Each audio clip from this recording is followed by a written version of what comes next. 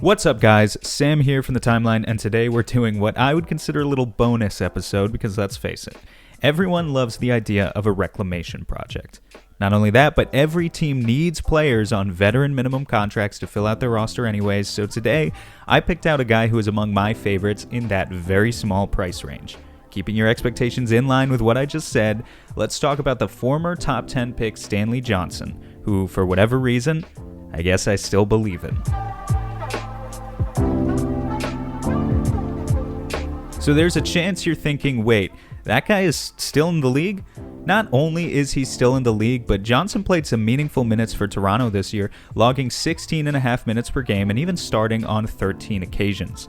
The only area where Johnson has consistently shined 6 years into his NBA career is on defense. It's not hard to see why he was drafted so high. At 6'6", but with a 7-foot wingspan, Johnson has the length to be disruptive in passing lanes and agitating on the perimeter. Yet he also boasts a 242-pound frame, which is huge for a tweener and means he can match up on bigger bodies in the post too. Toronto's defensive system requires quite a bit of switching, which means that one weak link can drag the entire team down. Playing next to already great defenders like OG Anunoby and Pascal Siakam, Johnson held up his end of the bargain of being able to switch onto perimeter stars without being taken advantage of. This is a mouthful of a stat, but bear with me. According to data provided by the B-Ball Index, Johnson ranked in the 93rd percentile in the amount of possessions he spent guarding players who were in the top 6th of the league in usage rating. What that essentially means is that Johnson spent way more time than average being asked to guard stars, the types of guys who handle the ball and create offense consistently.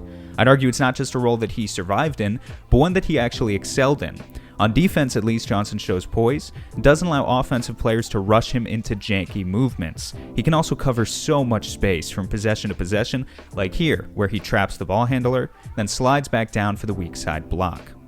On defense, Johnson plays like more than a veteran minimum candidate. He can smoothly transition into your system and heighten your ability to be versatile.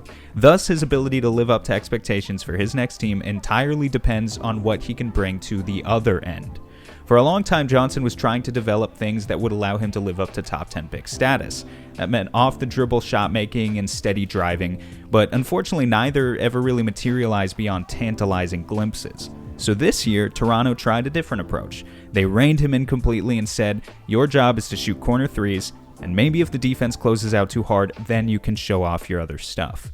The results were not exactly glamorous, but it was definitely progress. Johnson shot a career-high 33% from deep, alongside a career-high 52% true shooting. Obviously, those are still not good numbers, hence the whole reclamation project thing, you get it. But already there's a huge difference between the 29% shooter that Johnson was for years in Detroit versus the 33% shooter he was in Toronto. I mean, that's basically a full standard deviation. Now, is that progress scalable? I don't know. I'm not a soothsayer.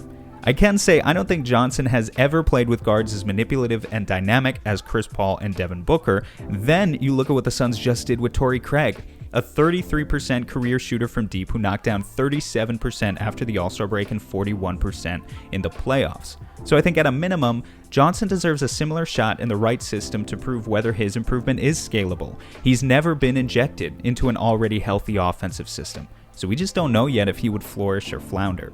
And like I hinted at, he's a pretty good passer too. With a 1.64 assist-to-turnover ratio last year, Johnson attacked closeouts, kept the ball moving as a tertiary playmaker. Nothing too fancy, but team basketball. That's the goal here. Guys who fit into team basketball.